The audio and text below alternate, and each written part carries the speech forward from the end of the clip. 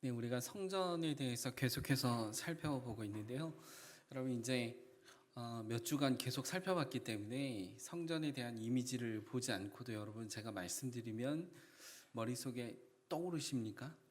네, 떠오르시나요? 네, 우리가 성전을 둘러싸고 있는 성벽이 있다라 그랬죠. 동서남북으로 성벽이 있습니다. 그래서 제일 중요한 건 성전의 앞쪽이라고 말할 때는 동쪽이라 그랬죠. 동쪽이 앞쪽입니다. 그래서 동쪽에는 동쪽 성벽에는 문이 있는데 그 문을 수산문이라고 했습니다. 그래서 페르시아 바사 제국의 고레스 왕이 수산성에서 어떻게 했습니까? 칙령을 내려서 너희 나라 돌아가서 성전을 지어도 좋다라고 하는 칙령을 내렸기 때문에 그것을 기념하기 위해서 수산문이다라고 말씀을 드렸었죠. 그리고 반대편, 동쪽의 반대편인 서쪽에는 키포노스 문이 있다라고 말씀을 드렸습니다. 이것은 성전을 지을 때에, 성벽을 지을 때에 거기에 키포노스라고 하는 사람이 많은 재정을 투입해서 그 공로를 인정해서 키포노스의 이름을 붙여서 키포노스 문이다라고 말씀을 드렸습니다. 그래서 지금 현재 이스라엘에 있는 서쪽 통곡의 벽이라고 하는 일부분이 키포노스 성벽인 것을 여러분 기억하시면 될 것 같습니다. 그리고 북쪽에는 타디문이 있다 그랬죠. 북쪽에는 타디문이 있는데 그 타디문은 좀 문 모양이 어떻다 그랬어요? 좀 독특하게 이렇게 각져 있다라고 했죠. 그것은 식별하기 위해서 빨리 구분하고 식별하기 위해서라고 그랬습니다. 왜냐하면 부정하게 되면 성전이 있을 수가 없기 때문에 자신이 부정하게 되었을 때는 빨리 어떻게 해야 돼요? 타디문으로 나가야 되는 거죠. 그리고 제사장들이 부정했다가 다시 들어올 때도 역시 타디문을 통해서 들어오는 일들이 있었습니다. 그리고 일반 이스라엘 백성들과 이방인들까지 포함해서 많은 사람들이 성전에 가까이 가기 위해서 가는 문이 남쪽에 있는 훌다 문이라고 했습니다. 그래서 훌다 문이 있죠. 그래서 훌다 문에는 양쪽에 문이 두 개가 있다라고 했어요. 그래서 올라갈 때와 내려올 때 이 문이 따로따로 있다라고 그랬죠. 근데 거꾸로 올라가는 곳에 내려오는 사람은 위로를 해줘야 된다라고 말씀을 드렸잖아요.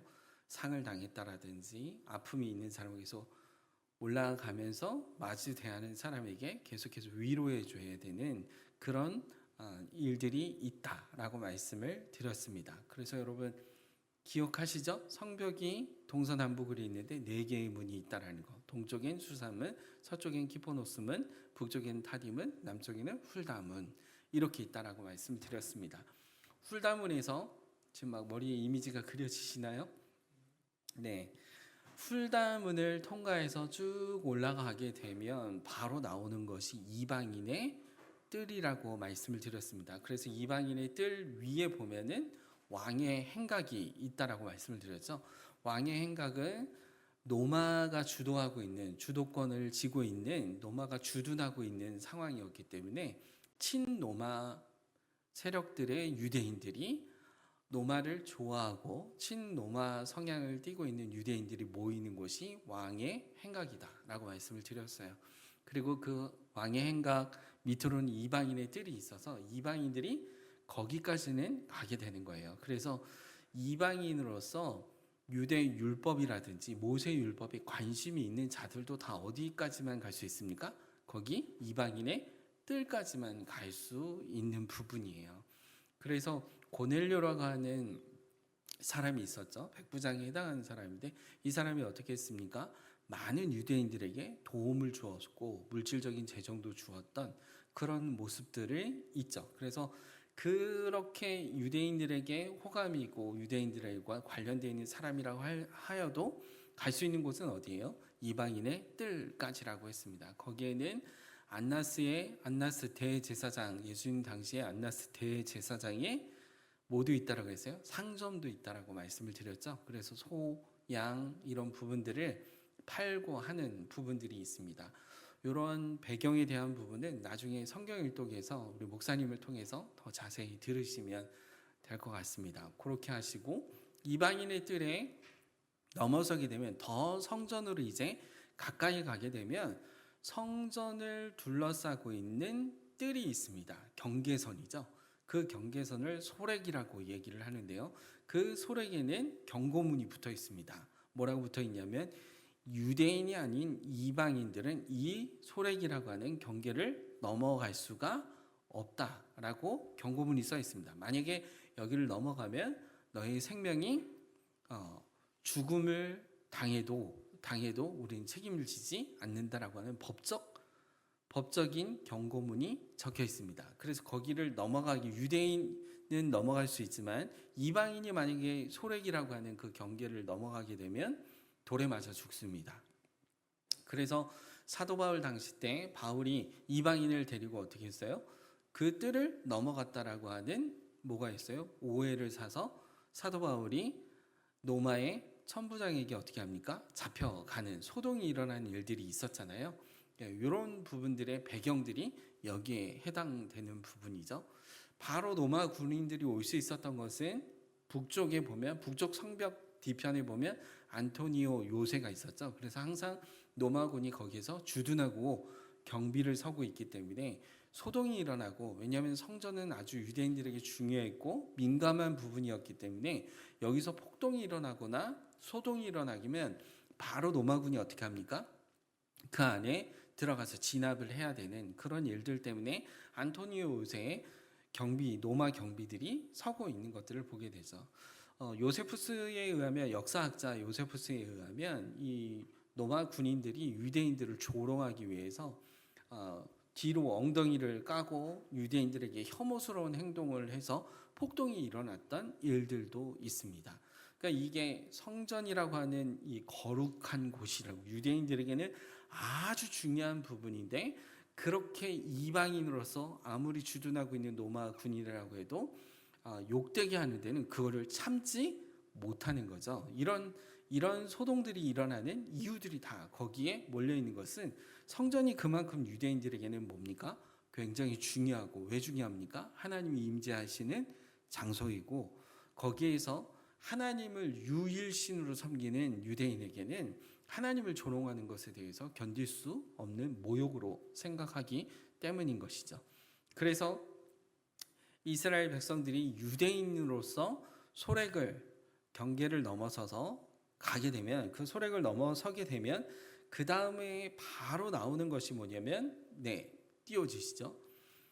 바로 나오는 게 하엘이라고 하는 13곳에 13군데, 그러니까 쭉 둘러서서, 여기 빨간 데 보이시죠? 빨간 데 보이시면 여기에 쭉 둘러서서 13군데가 있거든요. 계단을 올라가는. 여기가 이제 절하는 곳입니다. 그러니까 하나님 앞에 신발을 벗고 하나님 앞에 경배하고, 그렇게 하면서 마음을 다지고 올라가는, 성전으로 올라가는 12개의 계단이 있는 부분입니다. 그래서 이 계단을 올라갈 수 있는 자격은 유대인이라는 거죠. 유대인이 아닌 이상은 올라갈 수가 없는 부분이에요. 그래서 이 하이를 올라가게 되면 그 다음 나오는 게 뭐냐면 성전이 그대로 이제 나오게 됩니다. 성전이 나오게 되는데, 성전에는 딱 13개의 성전문이 있습니다. 13개의 성전문이 이렇게 있거든요.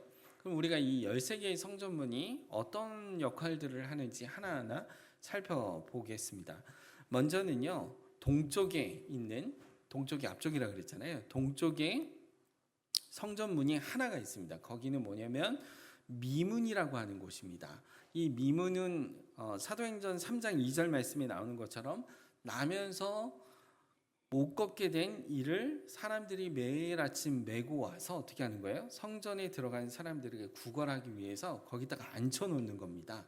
그러면 여러분, 우리가 이 사도행전 3장 2절 말씀을 읽을 때, 이 나면서부터 걷지 못했던 이 사람은 누구죠? 이방인이 아니라 유대인입니다. 왜냐하면 여기까지 오려면요, 이방인은 절대로 들어올 수가 없기 때문이에요. 그래서 이 나면서부터 걷지 못했던 사람이 미문에 앉아서 성전문에서 뭘 하는 겁니까? 구걸을 하는 거죠. 그때 베드로와 요한이 어떻게 했습니까? 들어가면서 구걸을 하는 이 앉은 뱅이에게 어떻게 했습니까? 내게 있는 거는 금과 금은 나에게 없지만 예수 그리스도의 이름으로, 예수님의 이름을 어떻게 해요? 일어나 걸으라. 그러니까 이 사람이 어떻게 했습니까? 일어났어요. 일어나서 어떻게 했습니까? 성전 그 미문을 통과해서 성전 안으로 들어가는 거죠. 그러면서 뛰면서 춤추고 행했습니다. 이 일을 듣고 사람들이 다 어디로 모였어요? 솔로몬 행각에 모였습니다. 여러분 솔로몬 행각 어딘지 기억나십니까? 왕의 행각이 있으면 그 뒤편으로 디귿자 형식으로 솔로몬 행각이 있죠. 거기는 반유대주의자, 그러니까 노마의 편에 친노마가 아닌 반유대주의자들이 모이는 것이 솔로몬 행각이었어요. 그 솔로몬 행각에 모여서 하나님을 뭐 했다 그랬어요? 칭송하였다라고 이렇게 사도행전의 말씀에 나와 있는 것을 보게 됩니다. 그래서 이 성전 미문이라고 말하면 성벽이 아닙니다. 성전 이제부터는 성전 문이죠. 13개의 문 중에 여기 성전 미문이라는 곳이 동쪽에 있는 것을 알 수가 있습니다. 그러면 서쪽으로는요. 다음이요. 서쪽으로는 두 개의 문이 있습니다. 하나는 윗문이라고 하고요. 하나는 여고니아 문이라고 하는데요. 이 윗문은 뭐냐면요. 성전을 나갈 때 지성소 쪽에 등을 보이지 않게 하기 위해서 나가는 문입니다. 그러니까 여기는 주로 제사장들이 이용하는 부분이겠죠. 제사장들이 성전 여기 보면 이제 성전 뜰이 있는데 성전 뜰에서 여러 가지 각자의 맡은 사역들을 감당하다가 나갈 때 어떻게 해요? 이 윗문으로 등을 보이지 않고 나가게 되는 문이 이 윗문에 해당하는 부분입니다. 성경에는 나와 있지 않아요. 근데 미시나라고 하는 유대인의 문헌에는 이 윗문에 대한 부분들이 나와 있습니다. 또 하나 여고니아 문이라고 그러는데요. 이 여고니아 문은요.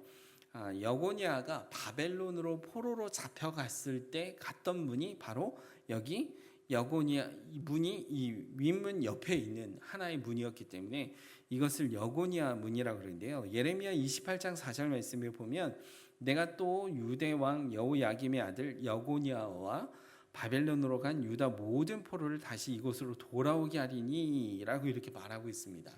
그러니까 여고니아가 어떻게 했다는 거죠? 여호야김의 아들 여고니아가 바벨론의 포로로 잡혀갈 때 어디로 갔다는 거죠? 여기 성전 안에 있다가 잡혀갔다라고 하는 부분입니다. 그래서 이런 문이 서쪽에 두 개의 문이 있다라는 걸 보시면 될 것 같아요. 그리고 동쪽 편으로는요, 아니 동쪽이 아니라 남쪽 편으로는요, 또 하나 불쏘시개 문이 있는데요. 이거는 제단에 여기 보시면은 성전이 있는 이 이제 문 중에 여기는 중간이 나뉘어져 있죠. 그래서 네 개의 네모난 것들이 보이잖아요. 여기는 여인들의 뜰입니다. 그리고 그 뒤편으로는 번제단이 있는 곳은 이스라엘의 뜰이면서 제사장의 뜰이라고 하는 부분이에요. 그래서 여기 불쏘시개 문이 있는데 번제단에 제물을 불태우려면은 뭐가 필요합니까? 나무가 필요하잖아요. 그래서 모든 나무들을 가지고는 제단에 불을 붙이고 그 불을 떼울 수 있는 땔감을 가져오는 나무를 가져오는 문이 어디냐면 여기 남쪽에 있는 불쏘시개 문입니다. 그래서 누가복음 3장 9절에는 이 성전을 비롯해서 의미하는 바가 뭐냐면 이미 도끼가 나무 뿌리에 놓였으니 좋은 열매 맺지 아니한 나무보다 찍혀 불에 던져지리라 라고 이렇게 말씀하고 있는 내용으로 보는 것을 보는데요. 제단에 쓰여지는 나무는요, 아무거나 갖다 쓰는 게 아닙니다. 거기에는 만약에 벌레나 조금 이따 얘기하겠지만 벌레나 곰팡이나 뭐 이런 게 쓰면은 어떻습니까? 부정하잖아요. 그렇기 때문에 그런 부정한 것을 방지하기 위해서 아무 나무를 다 갖다 그냥 아무 데서 아무 문에서나 가져올 수 있는 부분들이 아닌 거예요. 꼭 어디를 통해서만 들어와야 돼요? 여기 불쏘시개 문을 통해서만 나무를 가져올 수 있는 부분이었습니다. 그래서 이런 문이 있다는 걸 기억하시면 될 것 같아요. 그 밑에는요, 장자의 문이 있습니다. 이 장자의 문은 뭐냐면요, 레위기 27장 26절 말씀에 보면 오직 가축 중에 처음 난 것은 여호와께 드릴 첫 것이니라 라고 말씀하고 있어요. 이게 왜 첫 것은 왜 하나님 앞에 드리게 되는 겁니까? 이건 출애굽할 당시에 유월절 상황에 모든 장자는 다 어떻게 했어요? 짐승이든 사람이든 모든 장자는 어떻게 했습니까? 다 죽어 마땅한 거잖아요. 그런데 하나님께서 어떻게 했습니까? 유월절 어린 양을 잡아서 문설주에 그 피를 바르면 죽음의 사자가 어떻게 했습니까? 넘어가면서 첫 장자나 첫 짐승이나 이 모든 것들이 죽지 않게 되잖아요. 그래서 그 밤이 지났을 때 애굽의 바로 왕부터 시작해서 저 말단에 있는 평민에 해당하는 애굽의 모든 장자들은 다 어떻게 했습니까? 다 죽었어요. 짐승도 어떻습니까? 첫 것은 다 죽었습니다. 하지만 고센 땅에 있는 이스라엘 백성들은 하나님의 말씀에 순종하여서 문설주에 피를 발랐을 때 장자들은 어떻게 했어요? 죽지 않았습니다. 첫 것도 죽지 않았어요. 그래서 모든 첫 것은 누구 거예요? 하나님 거예요. 그래서 그것을 기억하고 이스라엘 백성들은 가나안 땅에 들어가서도 첫 것은 어떻게 했습니까? 무조건 다 첫 것은 어떻게 해요? 하나님 앞에 드리는 거였습니다. 여러분 기억이 나실지 모르겠지만 내일기 학교 때 한 거거든요. 기억하세요? 네, 과일도 첫 것이 있습니다. 처음 들으시죠? 네, 내일기 학교 때 다 했습니다. 뭘 어떻게 했습니까? 이렇게 과일 열매가 이렇게 날 때 몽우리처럼 과일 형태가 이렇게 나면 어떻게 합니까? 보라 이것은 만물이라 라고 얘기를 하면서 뭘 한다고 했어요? 가지에다가 표시를 한다 그랬잖아요. 예, 묶어서 이거는 만물이에요. 이거는 누구 거예요? 하나님 겁니다. 그러니까 과일이든 짐승이든 사람이든 다 누구 겁니까? 첫 것은 다 하나님 거예요. 그래서 요 레위기 27장 26절 말씀에 있는 것처럼 소나 양은 여호와의 것이 누구든지 그것으로는 성별하여 드리지 못할 것이며, 이게 무슨 얘기입니까? 첫 것은 하나님 앞에 제물로 드릴 수가 없습니다. 다 몽땅 다 어떻게 해야 되는 거죠? 하나님께 드려야 되는 게 그냥 정해져 있는 것입니다. 그래서 모든 첫 새끼들, 그러니까 이 짐승들은 다 어디로 들어오게 됩니까? 여기 장자의 문을 통하여서 다 들어오게 되어 있다라는 겁니다. 이해되시죠? 그 다음이요. 그 다음에 남쪽 문에 또 하나 그 밑에 보면 수문이 있습니다. 이 수문은요, 왜 수문인가 했냐면요, 초막절하고 연결되어 있습니다. 이것도 내위기 학교 때 했는데 기억하시나요? 네, 초막절 몇 월 달입니까? 여러분? 감사해요. 아무도 기억을 안 해주셔서 감사합니다. 네, 티시리월이죠. 네, 태양력으로 말하면 10월 달입니다. 10월 15일 날 초막절을 행하게 돼요. 그런데 초막절을 며칠 동안 행하게 됩니까? 7일 동안 하게 됩니다. 그래서 7일 동안 행하게 되는데 그 7일 주간에 첫째 날에 뭘 하게 되냐면요. 몇 가지 행하게 되는데 첫째 날에 뭘 하냐면 네 가지 식물을 사람들이 어떻게 합니까? 이렇게 모아요. 그래서 황금 밴드를 만들어 놓습니다. 그리고 그 전에 또 하는 게 뭐가 있냐면 모짜라는 곳이 있습니다. 모짜라는 곳에 가면 시냇물이 흐르는 곳이거든요. 예, 기드론 시냇물이 흐르는 그곳에 있습니다. 모짜에 가서 버드나무 가지 하나를 잘라옵니다. 그래서 버드나무 가지를 잘라와서 그것을 어떻게 하냐면 번제단 한쪽 구석에 어떻게 합니까? 그것을 심어요. 이것을 뭐라 그러냐면 호산나 세우기라고 얘기를 합니다. 처음 들으시죠? 내위기 학교 때 했어요. 기억 안 나시죠? 네. 호산나 세우기를 합니다. 그리고 호산나를 세우고 난 다음에 거기에다가 어떻게 합니까? 물을 붓기 시작합니다. 물을 붓는데 그 물은 아무 물이 아니에요. 실로암에서 떠온 거룩한 물이어야 됩니다. 그래서 그 거룩한 물을 떠올 때 누가 떠올까요? 네, 아무나 떠오는 게 아닙니다. 네, 유준이가 떠오는 게 아니라고요. 네, 아무나 떠올 수 있는 게 아닙니다. 누가 떠올 수 있느냐? 나실인이어야 됩니다. 그리고 땅을 한 번도 밟지 않은 사람이어야 돼요. 그럼 누구일까요? 제사장의 자녀들 중에 어린 아이들입니다. 그 아이들은요, 나실인으로 구별되어 있어서 그 아이들은 땅을 밟지 않았어요. 태어나서 한 번도. 왜냐하면 머리에 삭도도 되지 않고요.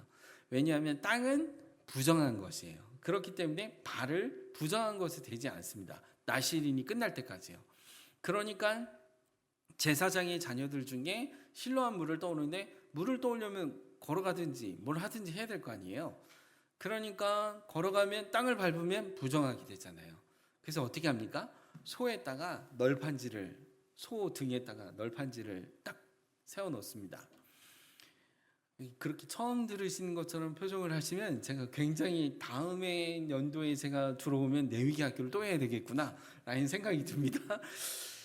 소 널판지를 세우고 거기에 아이들을 태웁니다. 그러면 땅을 밟지 않게 되는 거예요. 그렇게 해가지고 실로암 못에 가서 물을 떠다가 그 아이들이 가지고 와서 어떻게 하는 거죠?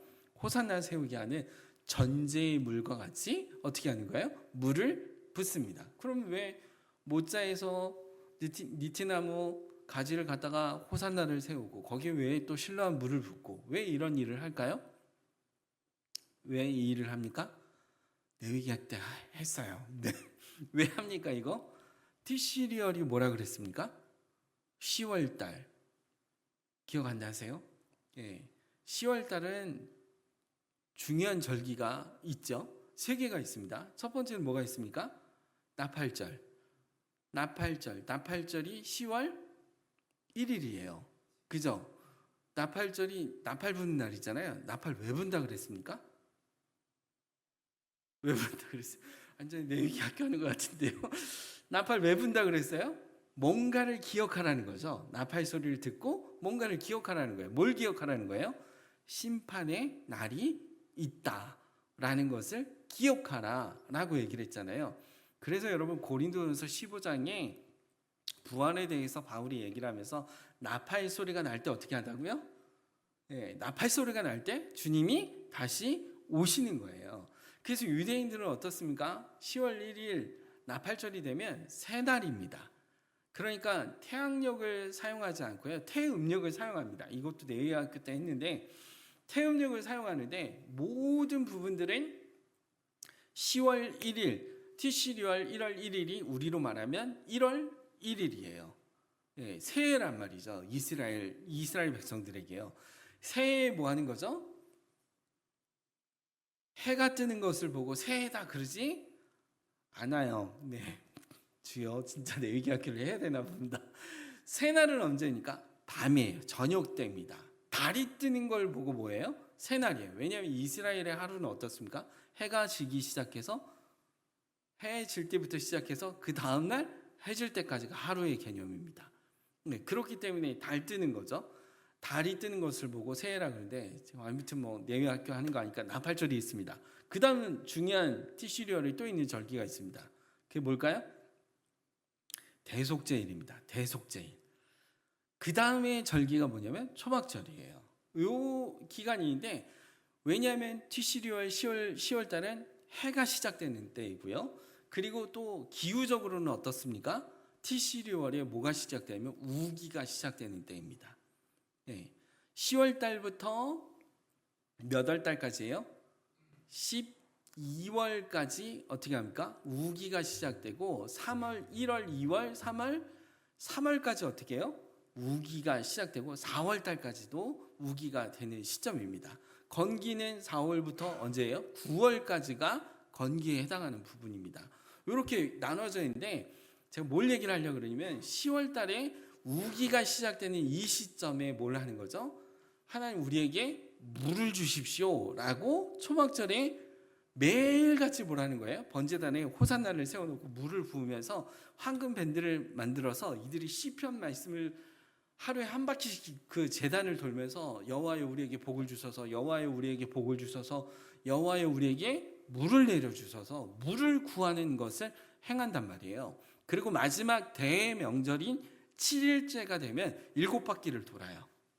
7바퀴를 돌면서 여호와여 여호와여 우리에게 복을 주소서 물을 주소서 이렇게 외치면서 우기가 시작되는 시점에 물을 구한단 말이죠. 그때 예수님이 그 명절 큰 날에 예수님이 그걸 보면서 뭐라고 얘기를 했어요? 유명한 말씀이죠. 뭐라고 그러셨습니까? 누구든지 목마른 자는 다 내게로 와라. 내게 와서 뭐 하라고요? 값없이 거저 마셔라.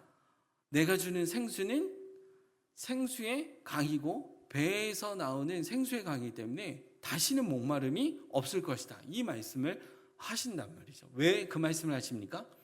이스라엘 백성들이 그토록 물을 구하는 이유가 뭡니까?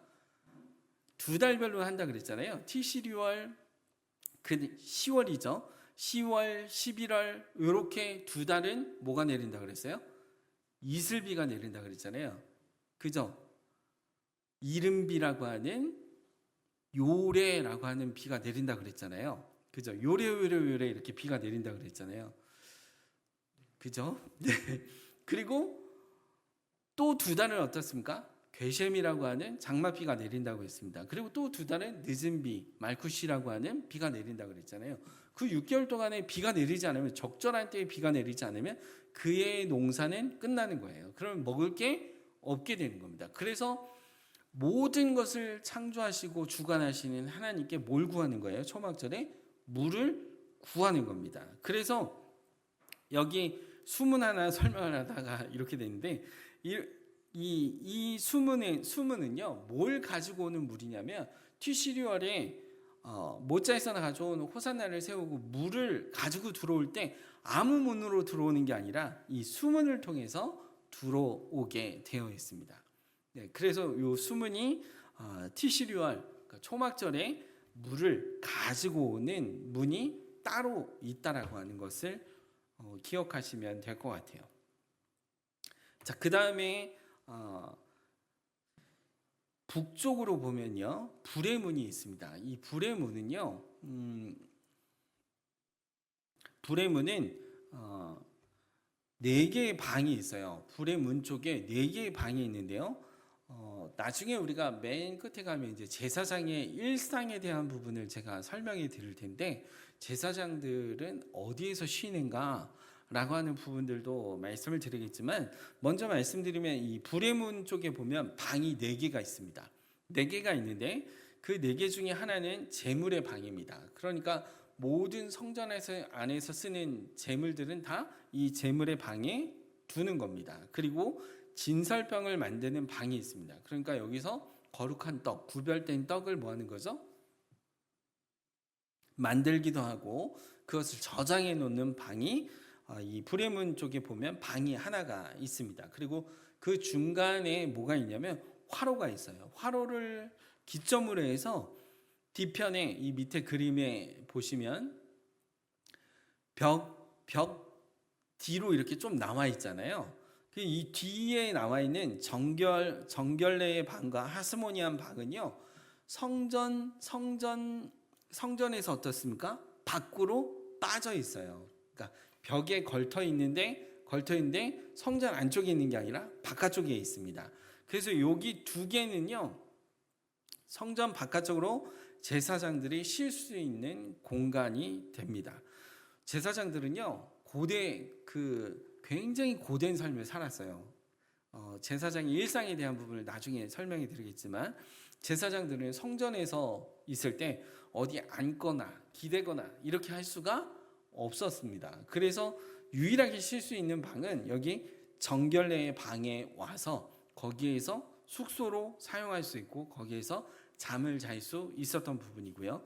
그 옆으로는 하스모니안 방이 있는데, 이 하스모니안 왕은 지난주에도 설명해 드렸지만 안티오쿠스 에피파네스 4세, 그러니까 셀루쿠스 왕조의 안티오쿠스 에피파네스 4세 왕이 어떻게 했습니까? 성전을 더럽게 했습니다. 돼지의 피를 갖다 놓고 제우스 신상을 성전 마당에 갖다 놓고 이런 일들을 행했는데, 이 모든 것들이 이방의 왕들이 더럽힌 제단의 돌들을 여기에다가 갖다 놨습니다. 그래서 이 하스모니안 왕조 제사장이 봉기를 일으켜서 성전을 다시 청결케 하는 사건을 했던 것을 통하여서 하스모니안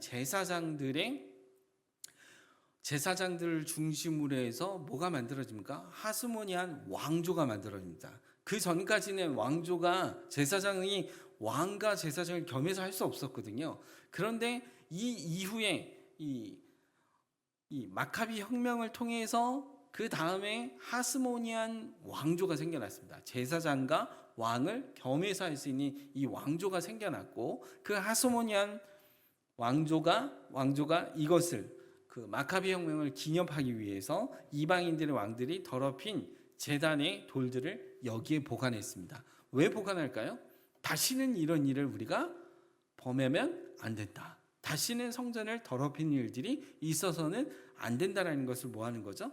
기억하기 위해서 방 하나를 따로 만들어서 이렇게 두었던 것을 보게 됩니다. 여러분 이제 막 그 문에 대해서만 지금 13개의 문에 대해서만 쭉 얘기를 하고 있는데 하나가 어떻습니까? 의미가 담겨져 있어요. 신로한 물을 떠오는 것도 어떻습니까? 그냥 떠오지 않고요. 나시린이 떠와야 되고요. 그냥 아무 문으로 통과하는 게 아니라 정해져 있는 문이 있어요. 의미가 있고 규정되어 있는 부분들이 있다라고 하는 사실인 거예요. 그래서 여러분 이렇게 13개의 문이 다 있지만 요 부분까지만 우리가 함께 살펴보고요. 하나만 우리가 생각해 보도록 할게요. 그럼 방금 말씀드린 대로 의미가 담겨져 있고요. 그 의미 속에는 규정되어 있고 규범화되어 있는 것들이 있다라고 하는 사실이에요. 그럼 여러분 우리가 하나 생각해 봐야 될 게 뭐냐면요. 하나님이 임재하시는 지성소까지는 아직 갈 길이 멀었습니다. 죄송하지만은 우리 지금 어디서부터 봤어요? 성벽문에서부터 훌다문을 거쳐서 이방인의 뜰을 거쳐서 소렉이라고 하는 경계를 지나서 하일이라고 하는 12개의 계단을 지나서 성전 미문을 통해서 들어가서 여인들의 뜰, 아직 살펴보지도 않았지만 여인들의 뜰을 지나서 이스라엘의 뜰을 지나서 번제물을 드리고, 그리고 번제단을 드린 다음에 성전 문을 또 거기를 열고 들어가면 성전 내성소고 지성소 안까지는 아직도 멀었습니다. 하나님이 임재하시는 장소까지요. 그러면 여러분 이게 다 의미가 있고 하나하나 의미가 있고 거기에는 뭐가 있다고 했어요? 규범이 있다고 했잖아요. 그 규범을 어기면 어떻게 되는 거죠? 죽음이에요. 율법을 뭐 하는 거죠? 어기게 되는 부분인 겁니다. 이해되시나요? 쉽게 예를 들어서 우리 세종남북교회 수요 예배를 드리기 위해서 오는데 저 1층에서부터 기도를 한 10분 하고 그 다음에 엘리베이터 버튼을 눌러야 되는데 그냥 누르면 안 되고 하나님께 3분 이상 기도하고 버튼을 누르고 5층 누르는 것도 안 되며 5층 누를 때도 깨끗이 막 닦아가지고 그리고 버튼을 누르고 그리고 5층이 딱 문이 착 열리면 거기에 문이 열리자마자 예배당 입구가 딱 보면 거기 엎드려서 절을 해야 되고 그리고 그 여기 문까지 오는데 한 10발자국 내에 와야 된다고 생각하시고요. 그리고 여기 오셔서 문을 들어갈 때도 비밀번호를 눌러야 되지만은 그 비밀번호도 알 수가 없고 함부로 할 수 없고 목사님 와서 목사님 이렇게 해야지만이 목사님 문을 열어주고 그리고 여기 와서도 이제 예배당 안에 들어왔기 때문에 이제 옷을 벗고 저기 씻는데 싱크대 가고 세수도 하고 손도 씻고 그리고 이 문을 통과해서 이 예배당 자리까지 오기까지 만약에 여러분 매 주일마다 이렇게 한다 그러면 여러분 어떠시겠어요? 물론 하시겠죠. 여러분 그렇게 한다면 어떻겠습니까? 거기에 하나라도 위배가 되면 여기에 올 수 없다라고 한다면 여러분 어떻게 생각하세요? 굉장히 까다롭죠? 아니 무슨 예배 드리려고 하는데 하나님께 예배 드리려고 하는데 뭐 이렇게 까다롭나 이렇게 생각할 수 있잖아요. 마치 이 당시에는 이랬다는 겁니다. 이해되세요?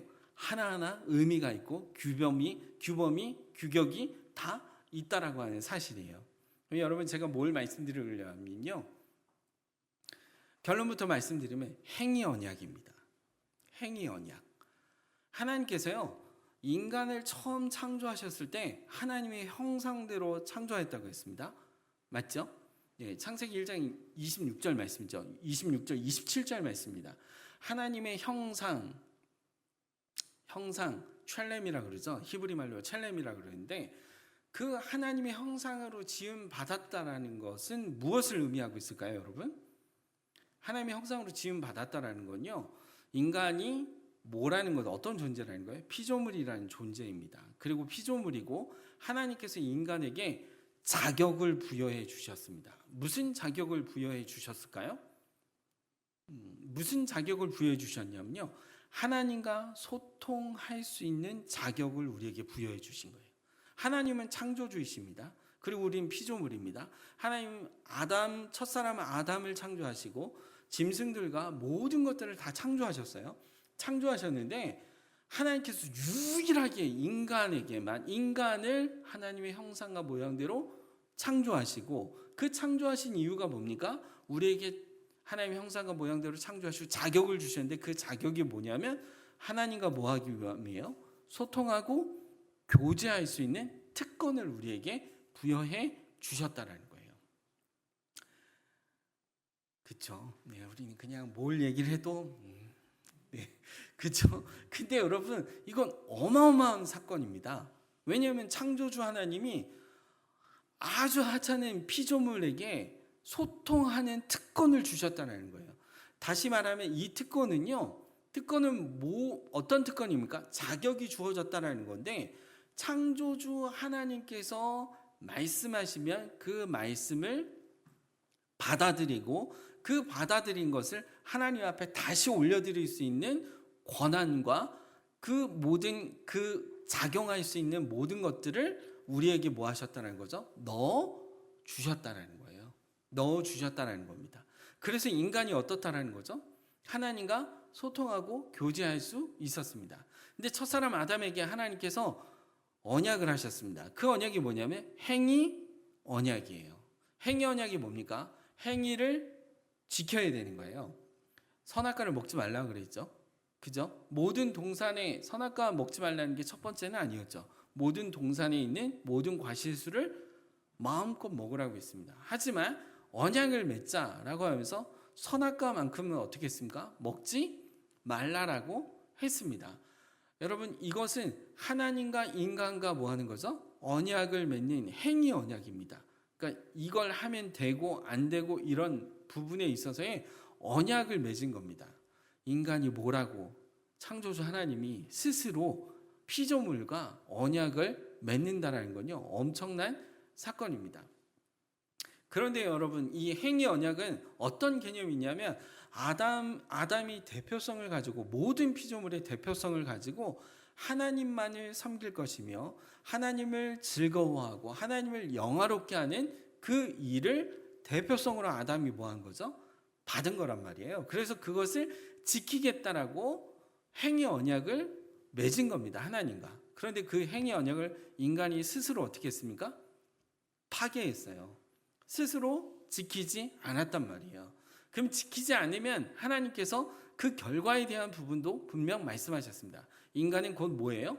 파멸입니다. 죽음입니다. 그냥 끝이에요.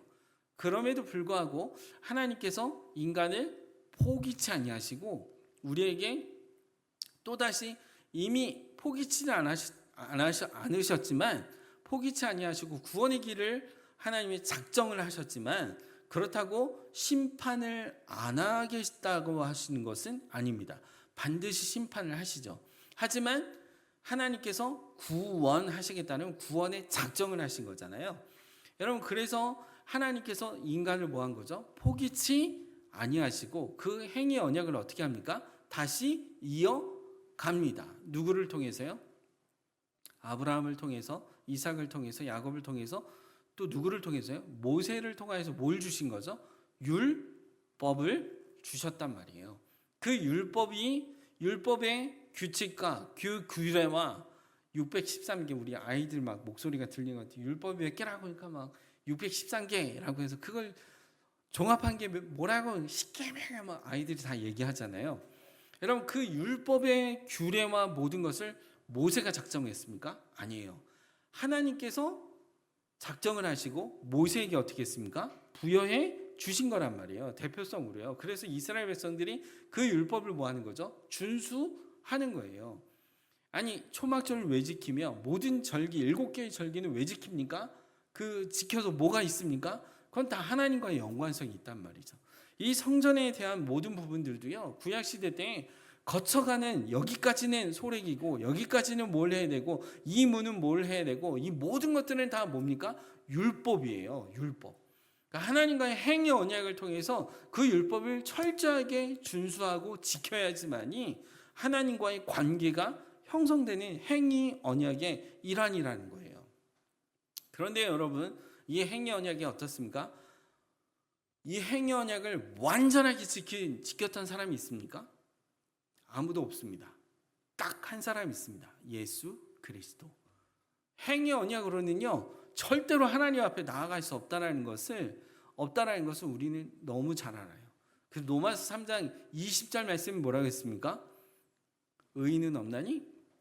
로마서 3장 10절이죠. 의인은 없나니? 한 사람도 없다고요. 20절 말씀이 어땠습니까? 율법은 죄를 깨닫게 하기 위함이라고요. 21절에는 어떻게 합니까? 이제는 새로운 의가 하나가 나왔다고요. 그게 예수 그리스도라고 말씀하고 있잖아요. 여러분, 저와 여러분은 말씀을 맺겠습니다. 저와 여러분은 지금도 아까 제가 예화로 말씀드린 것처럼 우리의 어떤 행위를 통해서 하나님 앞에 예배당으로 나와서 우리의 어떤 행위를 통하여서 하나님 앞에 구원받는다, 그렇지가 않습니다. 전적인 하나님의 뭐죠? 은혜 언약입니다. 하나님께서 우리에게 은혜를 베풀어 주셔서 하나님 아버지라 부를 때 우리에게 자격을 부여해 주신 것은 하나님 아버지라 부를 수 있는 자격을 예수 그리스도를 통하여서 우리에게 어떻게 하신 거죠? 부여해 주신 거예요. 은혜입니다. 은혜예요. 네. 지난주에도 그렇고 지지난주에도 그렇고 우리 목사님이 아이들에게 설교했잖아요. 은혜에 대해서요. 네. 자격 없이 그냥 하나님 우리를 사랑해 주시는 거라고요. 부여해 주시는 겁니다.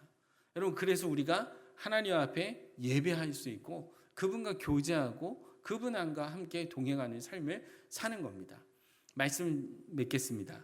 여러분, 오늘 우리가 읽은 고린도전서 13장 말씀에 있는 것처럼 너희가 하나님이 성전인 것과 하나님의 성령이 너희 안에 거하시는 것을 알지 못하느냐. 행위 언약일 때는요, 과정들이 되게 복잡합니다. 어떨 때는 뭘 해야 되고 성전 지성소 평민은 아예 들어가지도 못했습니다.